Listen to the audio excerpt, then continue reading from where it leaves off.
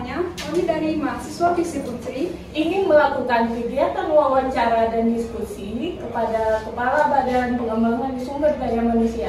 Selamat menyaksikan. Selamat pagi Bapak. Pagi. Perkenalkan, kami dari mahasiswa jurusan Ilmu Administrasi Publik Fakultas Ilmu Sosial dan Politik Universitas Sriwijaya. Ini melakukan wawancara dan diskusi terhadap Bapak Profesor Dr. Haji Muhammad Edward Juliarta, Sarjana Ilmu Sosial Magister Manajemen, selaku pemimpin dari Badan Pengembangan Sumber Daya Manusia Provinsi Sumatera Selatan untuk memenuhi tugas mata kuliah kepemimpinan. Sebelumnya, kami ingin mengucapkan terima kasih kepada Bapak karena sudah meluangkan waktunya untuk menjadi narasumber kami pada tugas kali ini. Baiklah, kita mulai aja Pak wawancaranya. Sebelumnya saya ingin bertanya kepada Bapak, menurut Bapak arti dari kepemimpinan itu apa dan sifat yang harus dimiliki oleh seorang pemimpin untuk mengkoordinir bawahannya itu apa Pak? Oke. Pemimpin itu bagi saya adalah amanah. Dan karena dia amanah, maka pemimpin itu harus bisa melakukan semua aktivitas dan kegiatan dari hati. Jadi pemimpin itu adalah kepemimpinan itu sendiri adalah amanah. Karena dia adalah amanah, maka dia harus melaksanakan semua kegiatan karena memimpin suatu lembaga, memimpin suatu komunitas itu harus. Nah, itu kalau kita bicara tentang dari hati, maka ya ini seorang pemimpin itu pertama dia harus bisa mempunyai visi dan misi yang jelas. Karena mau dibawa ke mana, organisasi, komunitas itu kan tergantung pemimpinnya. Jadi dia punya visi dan misi yang jelas, dia harus menentukan kesabaran yang juga. Dan yang paling penting adalah dia tahu bahwa dia memimpin siapa. Sehingga pemimpin itu haram untuknya kalau dia tidak mengetahui siapa yang menjadi anggotanya. Jadi dia harus menyelami itu sumber daya organisasi yang dia punya itu lalu bisa melakukan pendekatan approach pada organisasi komunikasi. Baik, selanjutnya pertanyaan saya akan dilanjutkan kepada pemimpin saya. Kepada Dulu yang mau nanya, tanya apa aja, nanti kan juga.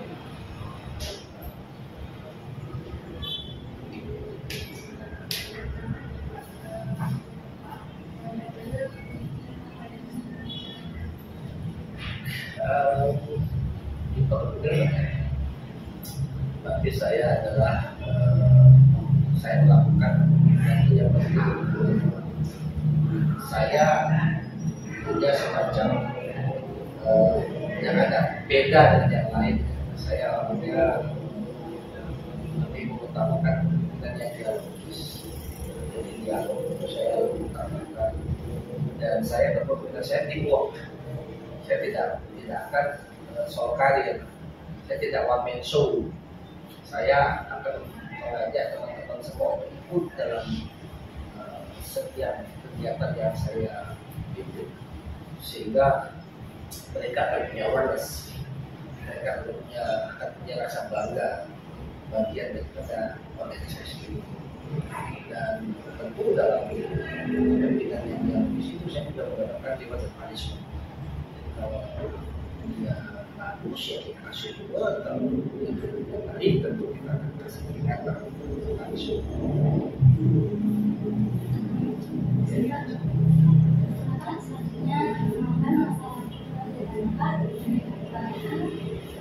Apakah Bapak bisa memberikan contoh konkret atau nyata kepada kami jika menerapkan metode kepemimpinan Bapak dengan sukses? Ya, saya biasanya melakukan kegiatan itu saya akan melihat dulu nih misalkan saya punya apa yang akan saya lakukan, maka saya akan lakukan setelah saya tahu ini tujuannya kemana, maka saya kemudian akan lakukan pendekatan untuk menyukseskan ini saya. Maka saya akan lihat situasi organisasi saya, internal eksternal. Jadi situasi, kondisi, ukuran saya itu cuma sederhana, bagaimana situasi, bagaimana kondisi, bagaimana toleransi. Nah, toleransi ini baik internal maupun eksternal. Saya akan selalu memberikan kebebasan praktek kreativitas kepada bawahan saya untuk tidak perlu ada pakai pakem saya, tapi silakan ada pakai pakem dan cara Anda sendiri. Tapi saya bisa mereka koridor-koridor mana yang lebih baik, mana yang menjadikan jodoh, mana yang lebih baik. Perkenalkan, nama saya Rita Reski. Saya ingin bertanya apa yang akan Bapak lakukan untuk menciptakan lingkungan kerja yang kondusif? Ya, saya mengajak mereka semua bekerja. Jadi bahasa kolektor itu tidak makan deh. Tanri Apim itu pernah menulis manajer yang baik itu ada manajer yang manis. Ada lagi pepatah bijak yang mengatakan begini: kalau Anda ingin berhasil menciptakan satu irama dan mengajak semua bekerja, maka jangan buat mensu. Jangan merasa bahwa kita harus mengerti. Jadi bahasa di sana itu kalau dalam agama saya itu atau sunnah tinggal meringankan. Jadi kita punya tugas besar, kita harus menggunakan. Kita kalau konteks itu ya kita pegang soal mereka tidak akan. Tapi enggak, itu bukan namanya ketegasan. Harus ada langkah ketegasan di sana. Di mana boleh dan mana tidak boleh itu pemimpin harus. Kalau pemimpin tidak tegas, kita tahu. Orang ini kan tidak macam-macam. Ada yang mementingkan orang bawah. Oke, saya bagian dari itu, tapi saya punya passion, saya punya giroh kalau yang bahasa Arab. Itu saya kepengen untuk saya, itu nggak apa. Jadi kalau kan rasa seperti itu dan bersama itu dapat diperlukan. Kalau dalam bahasa saya sebenarnya di sini integritas itu tidak bersama.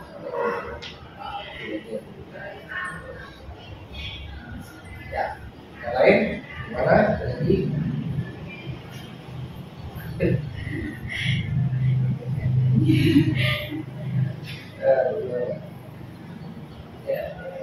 Menurut Bapak ya Pak, selama Bapak memimpin, udah capaian Bapak selama memimpin di sini udah sesuai belum sama goals Bapak atau ini capaian organisasi udah menurut Bapak udah puas atau masih ada yang kurang Pak? Atau Bapak udah sampai di goals Bapak dan sampai di goals organisasi? Ya, saya udah kerja 26 tahun. Saya kelahiran 75, umur saya sekarang 48. Kalau bicara pangkat saya udah 4D. Kalau tentara udah bintang 2. Tinggal satu bintang lagi, ASN itu bintang 3. Karena ASN itu berbanding tinggi bintang 2. Kalau secara pribadi, banyak hal yang sudah saya capai. Dan saya sudah punya gelar yang alhamdulillah semua orang tidak mudah mendapatkan itu. Saya dulu pernah jadi guru besar itu termuda di Indonesia. Kemudian dokter saya dulu 37. Saya merasa goal pribadi saya akan bedakan antara goal pribadi dengan goal organisasi. Goal pribadi itu saya hanya kepengen bahwa saya merasa bangga dengan diri saya, membanggakan orang tua saya, membanggakan keluarga saya. Karena saya punya anak-anak, harus kemudian melihat bapak itu orang sukses. Ya, dibutuhkan 20 tahun untuk membuat branding saya menjadi seperti itu. Tetapi hanya perlu 5 menit saja untuk menjatuhkan saya dari 20 tahun perjuangan saya. Jadi kalau ditanya soal goal, saya alhamdulillah sampai itu sudah sampai di sudah selesai sampai di sini. Tinggal saya mau maintain. Tapi kalau bicara tentang goal organisasi, maka tentu saya tidak akan puas dengan apa yang dicapai sekarang ini. Saya maunya better dan better. Kenapa? Karena saya melihat bahwa organisasi kita ini kan dinamis. Kalau kita bicara tentang teori organisasi, maka teori dalam artian itu jelaskan bahwa organisasi itu berkembang dan ada itu. Kebutuhan siapa? Kebutuhan dari eksternal yang ada di dalam organisasi maupun internal yang ada di dalam organisasi. Bagaimana saya bisa memberikan manfaat kepada seluruh organisasi, sumber daya organisasi. Memang kalau kita bicara itu, hal yang paling sulit adalah bagaimana kita bisa mendengarkan semua orang. Dan itu tidak mungkin, karena itu saya Spanish. Ya, saya Spanish tidak bisa mungkin.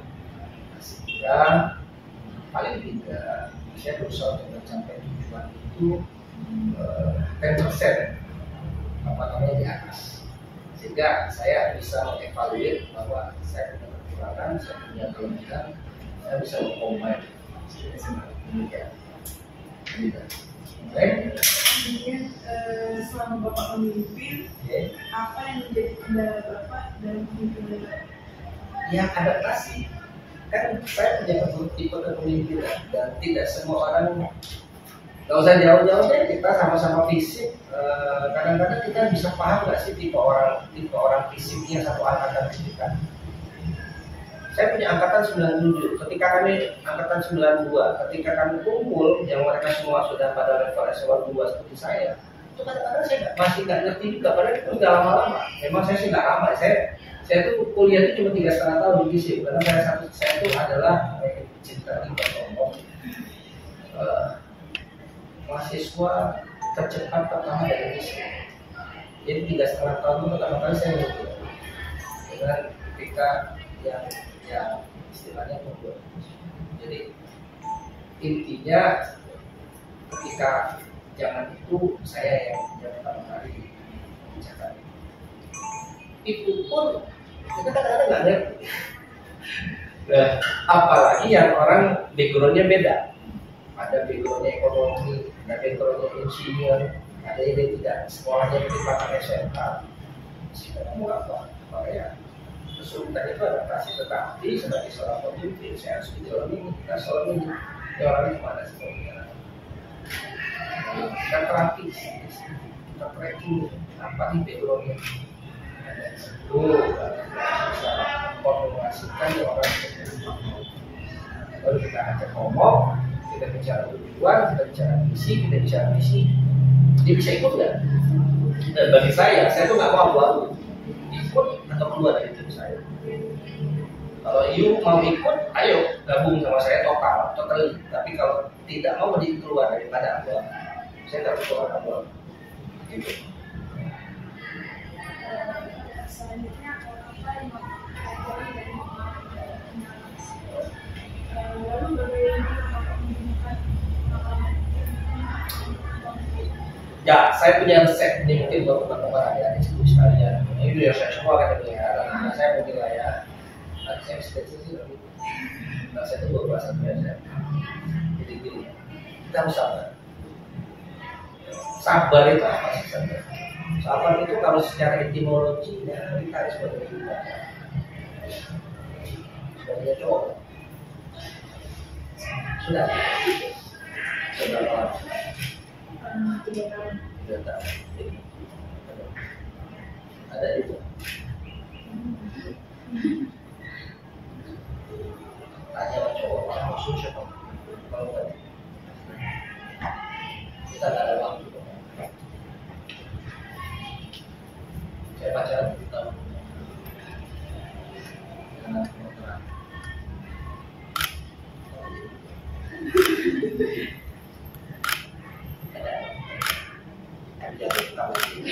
Jangan dimasukin pas saya ngomong. Jadi kembali lagi tadi, apa itu sabar? Sabar itu S-nya itu situation. You should to be want to know about the situation. Kita ada di mana?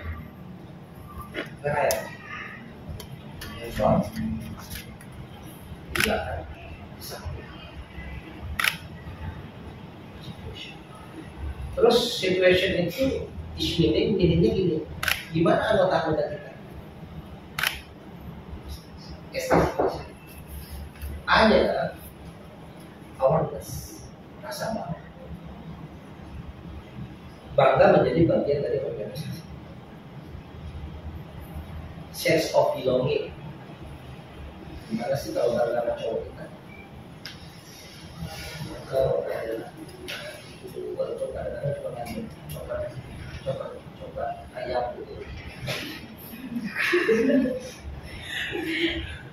Cuma ngajak makan soya, pempek mangga gitu ya. Tapi rasa bangga itu bahwa I part of you gitu kan. So I'm very proud gitu ya, bangga sekali jadi bagian. Pokoknya gitu-gitu deh.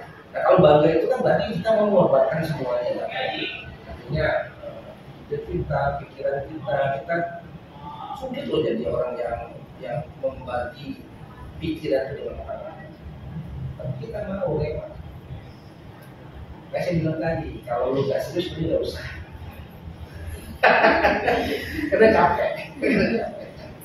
Nah itu ya tadi yang sabar. Kemudian apa ya berikutnya, background. Bagi kita itu penting sekali untuk memastikan bahwa orang-orang ini maunya apa sih, backgroundnya apa sih. Sehingga kalau kita bisa kerja ini anggota kita banyak orang Jawa, maka jangan dihajar pakai cara orang Korea, ya cara orang Batak. Ini mah pendekatannya, PDKT-nya ya ada sedikit halus lah ya. Dalam menyindir, itu kan background. Kemudian bahasanya kalau mungkin mau sedikit kasar itu kan gini. Ini tanggal berapa sih hari ini? Kalau tanggal 1 sampai tanggal 10 kan lagi agak penting lah ya, gaji masih cukup lah. Tapi tanggal 20 ke atas sudah mulai ada sedikit-sedikit seret kan. Pokoknya tidak ada lagi kan. Dan ini harus hati-hati kita memberikan. Itu background. Membaca situasi, temperatur, situasi batin anggota kita itu. Apalagi berikutnya, assessment.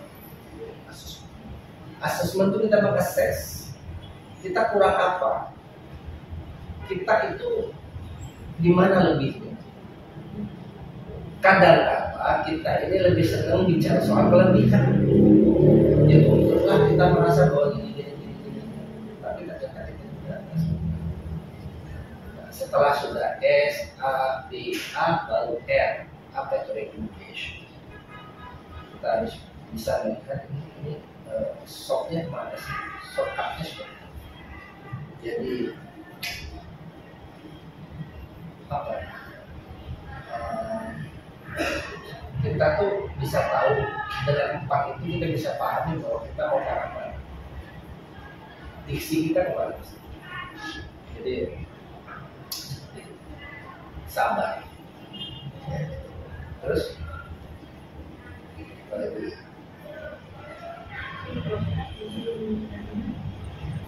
kemudian Bapak dalam mengambil keputusan mengenai kendala-kendala itu, Bapak akan melibatkan anggota Bapak atau tidak? Saya bilang saya orangnya ke arah kolaborasi. Saya sangat mendukung koneksi dari kita semua. Tapi tentu saya juga harus mempertimbangkan karena saya pemimpin. Pemimpin itu kalau salah ya dia, bukannya nyalain anggotanya. Maka saya akan lebih senang untuk mengajak mereka berpikir, tapi yang merekomendasikan itu bersama. Artinya saya akan memilah-milah mereka kasih masukan apa, tapi saya akan memutuskan. Walaupun keputusan itu ada literasi dari atau referensi dari teman-teman. Jadi organisasi itu tidak juga harus kemudian oh ya kalau gitu kita sama-sama aja lah masuk kumpul sama-sama kemudian makan, nggak bisa juga. Pemimpin itu makannya belakangan. Ya, kalau pemimpinnya makan di luar, terus gimana? Kasihan ya. Nggak usah jauh-jauh jadi apa mahasiswa gitu ya. Apa sekarang? Kalau kami sebutnya itu ekstrakurikuler gitu ya kan, ada himpunan apa gitu kan, kayak ya himpunan jurusan apa namanya gitu kan, kayak kemarin ada karate, ada pencak silat, itu kan harus ada pemimpinnya nih, ketuanya nih. Nah ketuanya harus mau berkorban, jangan kita bahasa. Makan boleh ada anak buah, kita boleh pemimpin, mintain sama anak buah, sama anggota, lucu ya. Tuh. Apakah itu kepemimpinan itu berperan dalam meningkatkan kinerja karyawan. Ya, betul. Karena organisasi itu tergantung pemimpinnya. Kalau pemimpinnya cemeng ya cemeng, kalau pemimpinnya kreatif ya jadi kreatif, kalau pemimpinnya lamban ya jadi lamban. Ya seperti itu. Oke. Mulai. Pak, bisakah Bapak menjelaskan bagaimana peran dan pengaruh dari sumber-sumber kekuasaan Bapak miliki dalam menjalankan tugas dan arahan Bapak sebagai pemimpin? Sumber-sumber kekuasaan maksudnya apa nih? Warna gitu. Kehidupan Bapak. Oh iya, itu kan gini nih, kalau kita bicara organisasi publik, saya absolut di sini. Saya bisa perintahkan orang dengan, tapi tentu ada indikator, ada kayak semacam, oh lu boleh atau ya boleh. Ya, jadi ini kantor ini mau balik kanan balik kiri ya tergantung saya. Jadi makanya perannya sangat besar dan intinya semua daya itu harus diberikan untuk kepentingan organisasi dan semua ini kesuksesan visi dan misi organisasi. Ya. Kemudian bagaimana cara Bapak untuk membuat karyawan atau bawahan Bapak masih tidak tertekan di bawah kepemimpinan Bapak? Ya buat yang mana aja, santai aja. Santai, tapi mereka punya progres. Mereka tengok tuh semua pada tahu mereka mau apa nih. Mereka pada nyanyi, ada podcast di situ. Kalau sempat ke bawah itu ada tempat untuk fitness, ke bawah ada ruang karaoke juga di ujung sana, ada tempat main pinball, ada main bulu tangkis, ada biliar di sana. Jadi mereka, seperti saya bilang ya, kalian kalau bosan ya berhenti dulu kerja, main. Saya nggak larang mereka untuk tapi ya saya bilang nggak bisa minta berapa hari kalau bisa kerja 3 hari, bisa selesai berapa hari 3 hari pak, ya udah. Saya nggak peduli kamu ngapain, 3 hari harus selesai. Terus target. Ini nggak usah positif. Saya sakit orang itu, saya kan baru saya lupa. Kadang-kadang kayak gini saya mau ngajak, ya udah. Oke, ada lagi? Terakhir Bapak, bagaimana Bapak memotivasi karyawan Bapak untuk mencapai tujuan? Ya, reward dan punishment. Baik, saya hargai. Punishment kalau mereka tidak ikut apa yang saya tuju. Kalau Anda ke bawah, itu ada tulisannya yaitu staff pertimbangan. Berarti dia orang yang saya pilih dan teman-teman sendiri yang pilih karena dia berdedikasi selama 1 bulan ini dia baik. Makanya saya kasih jadi. Dan reward itu tidak mesti harus kemudian pakai duit. Ujian, segala macam, kesempatan untuk dia sekolah, kesempatan dia untuk keluar kota, itu ada. Saya tidak pernah memberikan reward yang menurut saya tidak pantas untuk yang bersangkutan. Capek mereka, selesai acara selesai, oke kamu pergi gimana? Oke kamu jangan, tapi saya minta kamu selesaikan ini ada satu kegiatan koordinasi ke pusat. Jadi dia sambil bekerja, sambil dia bekerja, dia bisa jalan ke dalam. Oke, cukup. Pak, saya mau nanya, Bapak ini termotivasi sama pemimpin yang mana Pak? Baik dalam negeri atau luar negeri? Saya termotivasi sama orang bapak saya orang yang baik, dia selalu menjaga pada saya karena berpikir itu jangan ke kita, tapi gimana nanti orang akan melihat. Dan bapak saya melihat papi itu orang yang biasa. Itu kadang-kadang nenek juga. Ya biar kayak gitu ya, kayak habisin. Ya itu saya itu. Dan apa? Jadi itu kawan-kawan sekalian. Jadi kalau saya motivasinya ada begitu ya sendiri ya. Itu adalah referensi yang tidak bisa kami berempat laki-laki semua tanpa di pegawai. Alhamdulillah mereka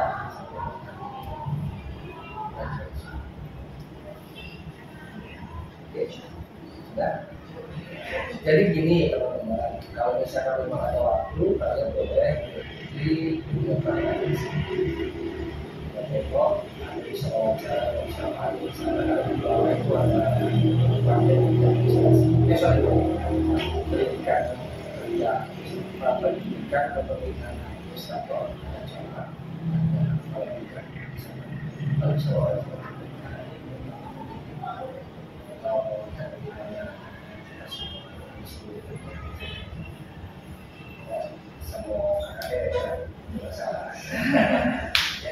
ya, oke, sukses ya, semua langsung dulu, oke.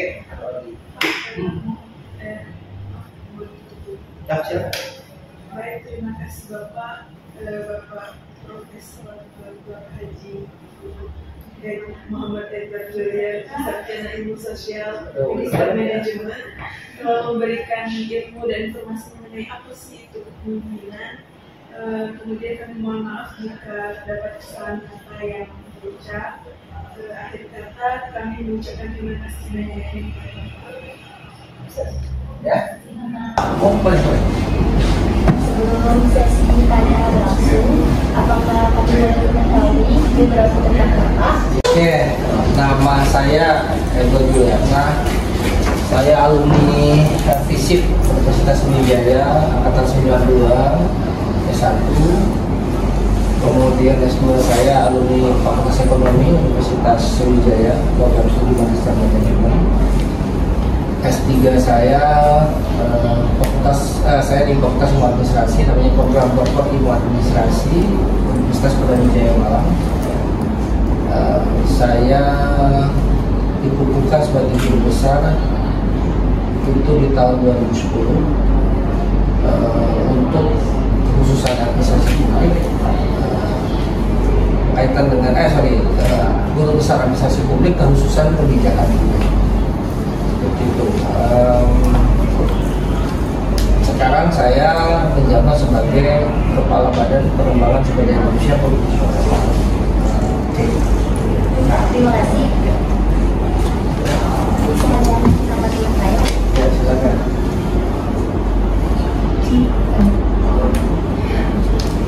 Bagaimana Bapak sebagai pemimpin itu menciptakan lingkungan yang kondusif dalam tim Bapak?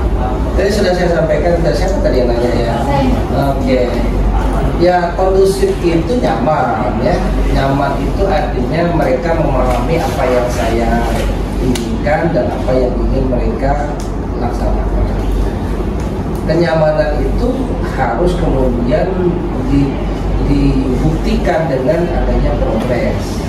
Maka tentu saya akan memberikan semacam pada teman-teman itu ya bahwa kita itu saling melengkapi lah di luar, jadi nyaman, jadi bukan manusia.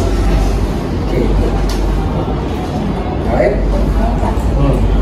Bagaimana cara Bapak untuk mengatasi apabila karyawan Bapak melakukan kesalahan yang mempengaruhi tipe kepemimpinan Ya, Bapak? punishment lah. Kita ada metode reward, ada metode punishment. Reward kalau dia baik, karena tadi kan saya bilang tadi di bawah itu ada reward, mereka diberikan pilih siapa yang baik, kemudian diberikan reward yang mungkin baik berupa materi maupun juga kesempatan dan masih building. Mereka bisa menjalankan tugas sampai kemudian ya sambil menyambung lain misalnya berangkat ke luar kota, mereka kerja, dan kemudian mereka juga bisa refreshing, bisa healing kan seperti itu. Jadi itulah bentuknya reward. Tapi kalau mereka salah saya punishment, mulai ada sanksi ya yang ringan, teguran misalnya, kemudian bisa saya dance, bisa saya turunkan pangkatnya, bisa bahkan mungkin saya bisa saya pecat dengan mekanisme dan ketentuan perundang-undangan. Terus Apa pendapat Bapak tentang pentingnya pemahaman terhadap kekuatan dan kelemahan karyawan Bapak dalam membangun organisasi? oh ya penting, kalau Anda tidak tahu itu ya gimana Anda mau memimpin ya.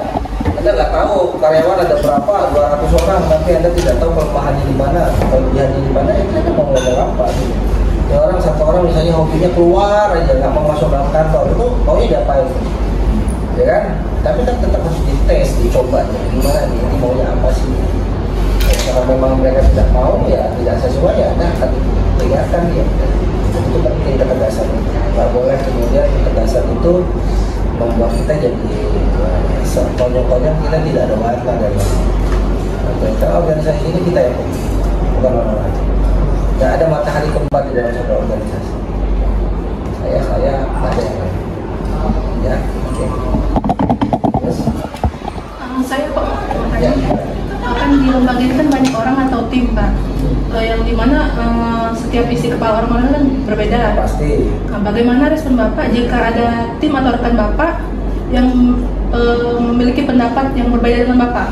Pendapat beda boleh, tapi tujuannya untuk kebaikan, untuk mencapai tujuan. Anda tahu administrasi itu apa sih? Suatu proses kerjasama dua orang atau lebih secara nasional dalam mencapai tujuan yang telah ditentukan sebelumnya. Sondang sekian plus Edward Juliata 2006. Sondang sekian plus Edward. Nasional tujuan yang telah ditentukan sebelumnya itu Edward Juliata, tapi yang sebelumnya Sondang sekian 1980. Nah, kalau dia proses kerjasama dua orang atau lebih secara nasional tadi, maka kemudian kita butuh kerjasama. Dalam konteks kerjasama itu kita ada SOP, ada standar operating procedure, ada yang boleh, ada yang tidak boleh. Berbeda pendapat boleh, tapi tujuannya itu yang penting harus satu. Anda mau ke Cinde, ya tahu Cinde kan?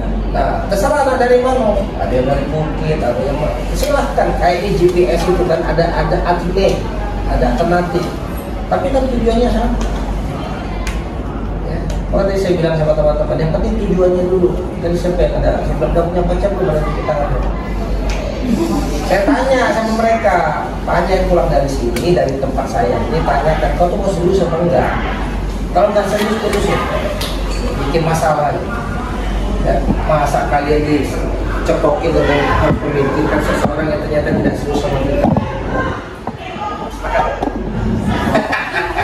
Paling ini pada kamu kayak pada kamu jangan cowok yang dari sini ya. Ini kayak bapak ini apa diputusin. Kalau nggak serius apa diputusin. Jangan terdistract dengan tujuan orang lain. Kita harus track, ini tujuan saya, ini keinginan saya. Anda mau ikut atau Anda tidak mau ikut? Nggak ada abu-abu. Hidup itu kalau abu-abu susahnya kalian sendiri. Saya tekankan sama kita kan harus rapat. Saya mimpinya tegas saja. Saya maunya ini kerjakan. Saya akan ini progresnya. Nggak selesai apa masalahnya? Ya. Bagaimana seorang pemimpin membangun dan mempertahankan hubungan yang baik dengan bawahannya, Pak? Ya, tadi kan saya bilang saya orangnya dialogis. Saya akan tanya maunya apa sih. Kalau saya bisa lakukan pendekatan, mereka tentu pendekatan humanis itu kan bagaimana kita menguangkan orang, bagaimana, dan kita nggak bisa, kita ini nggak jalan pakai mesin. Orang-orang ini kan orang ya, dia punya hati, punya pikiran, punya jiwa yang harus diselami. Jadi kalau kemudian dia sendiri secara fisik tidak terpenuhi, maka kemungkinan yang akan paling susah itu dia tidak akan nurut dengan kita. Nah, ketika dia tidak nurut dengan kita, ya kita ingatkan bahwa Anda di sini bekerja. Kerjaan Anda adalah A, B, C, D. Kalau Anda nggak mau ikut saya, ya Anda keluar dari tempat saya. Biarkan orang lain akan mengisi pekerjaan itu, dan biarkan orang lain akan menjadi tim saya. Ini makanya kita harus memberikan arah-arah yang jelas, clear and clean. Dan kita tidak boleh kemudian memasukkan unsur kepentingan pribadi kita ke tujuan organisasi, karena itu akan jadi bias, akan menjadi distorsi. Ketika ada distorsi, maka orang akan berpikir, ini bapak ini nyuruh saya ini untuk kapasitas pribadi atau untuk kapasitas organisasi sih sebenarnya. Karena kalau kapasitas organisasi sudah jelas. Dan ingat, dalam dynamic situation seperti sekarang ini, kerja ini nggak hanya satu apa namanya 7 to 16 gitu ya, jam 4, 7 to 5, 7 to 4, nggak seperti itu. Tapi 24 jam. Karena kan negara ini kan, masyarakat kan maunya 24 jam hadir. Ya kan, bagaimana kita merespon, bagaimana keinginan. Kan paradigma organisasi ini ada berapa? Ada 6. Ya kan, mulai dari on sampai contemporary gitu ya. Nah, jadi sekarang ada pakai 3 yang paling besar, masalahnya all NPM, NPS, sekarang di NPS, di public services. How could you getting something for your customer if you don't know what they want to do? Susah. Okay. Gimana Pak, dari kami kan mahasiswa kayak ini biar bisa jadi kayak Bapak dan pimpinan sebuah organisasi, tipsnya apa Pak? Ya, tipsnya itu kalau saya bilang sabar ya, kalau jadi seorang pemimpin harus sabar ya. Tadi sudah dijelaskan sabar itu. Kalau untuk menjadi seorang yang bisa dihitung di dalam organisasi, itu harus jadi sakti ya. Sakti itu bukan jago silat, tapi sakti itu S-nya serius. S itu serius. Anda melakukan Anda harus serius. Maka saya bilang tadi, mana yang sudah punya pacar? Serius kan nih? Kalau nggak usah, gitu. Ngapain? Jadi pusing aja ya kan? Masa nggak pelajarannya sama saya, pas wisudanya barengan orang ya? Sakitnya di sini. Yang 3 tahun pacaran sampai lihat ke saya. Apa iya gitu. Iya tak? Bekerja sama saya. Sudah yang dampingin orang lain. Kan apa itu kan? Serius. Hanya partai. Karena satu nih organisasi apa aja Anda masukin, tapi ada satu hal yang harus Anda maklumi di sana, bahwa Anda itu dalam rangka belajar, bukan mengorbankan diri Anda di dalam organisasi itu. Ketika organisasi itu tidak bisa menjamin Anda untuk mendapat pengetahuan, keluar dari organisasi itu. Ngapain? Capek-capek gitu ya kan? Tuh, kemudian kayaknya apa komunikasi. Anda harus bangun koordinasi kerjasama dengan siapa saja. Anda harus terbuka dengan siapa saja. Maksudnya terbuka itu Anda bisa memahami orang lain, jangan kemudian Anda juga tidak mau memahami orang lain. Ingat, pemimpin yang baik itu bukan hanya mampu merangkai kata-kata dan menciptakan satu modus operandi untuk memimpin satu organisasi, tapi juga mampu mendengarkan curhat orang. Kadang-kadang kan kita sebel, kadang-kadang telepon, Pak saya mau ngasih tahu apa Pak, saya gini-gini. Padahal dia sudah tahu kan dia salah, tapi ya oke, kita dengerin. Itu komunikasi. Kayaknya apa tidak pilih-pilih. Kadang-kadang orang pilih-pilih, udahlah ngapain ya gitu kan, tapi kan harusnya tidak pilih-pilih. Kenapa? Kita ini dalam rangka untuk ini, saya bilang sama mereka butuh 20 tahun untuk membangun image seseorang, tapi hanya butuh 5 menit saja untuk menjatuhkan image itu menjadi dari bintang, dari subjek menjadi mati. 5 menit saja. Ini jangan bantu saya nih, tiba-tiba saya pegang tangannya, wah ini pelecehan. 5 menit selesai saya, dilaporin ya. Itu contoh. Apalagi zaman sekarang ada maki orang viral, selesai pakai baju kuning. Apa ini kan bikin malu, udah rusak lah fisik itu. Padahal satu orang oknum pakai baju kuning. Dan kalau zaman kami dulu pakai baju kuning ini makan gratis. Dulu waktu KKN makan gratis, dan naik mobil, naik angkot juga nggak bayar. Zaman itu, zaman sekarang nggak bisa. Anda nggak bayar, maki-maki orang. Itu urusannya apa pakai jaket kuning ya, tetap aja harus bayar kan. Jadi tadi saya bilang 20 tahun untuk bisa seperti sekarang, seperti Anda ini. Kan Anda bangunnya nggak mungkin tiba-tiba jadi langsung jadi kayak gini kan, tapi kan dari bayi dia dikasih tahu. Terus sampai karena mau proses. Tapi saya bilang butuh 5 menit aja untuk menjatuhkan nama kita. Saya bilang, saya pegang tangan, dia nggak suka, dia lapor. Selesai, habis. Kecuali dia seneng, saya seneng, nah itu aja. Oke ya, itu tidak pilih-pilih. P, nah ini apa? Imajinasi. Karena ada bermimpi. Begitu nggak bayar. Bermimpi. Tapi mimpi itu harus dipenuhi, bahasa saya tuh gini, Anda lebih baik mimpi jadi mimpi ketimbang Anda cuma berani mimpi. Ya bahasanya gini, Anda tuh ketika membuat doa, meminta doa itu maksimal lagi. Dia Tuhan yang menentukan Anda dapatnya apa. Jangan Tuhan jadikan dia Tuhan, jadikan itu jadi lapo pada Tuhan ya. Memang nasib di tangan Tuhan. Tapi kalau Anda tidak berbuat apa-apa, Tuhan tidak akan angkat tangan. Ini orang mau ya apa sih? Sholat enggak, puasa enggak, ya.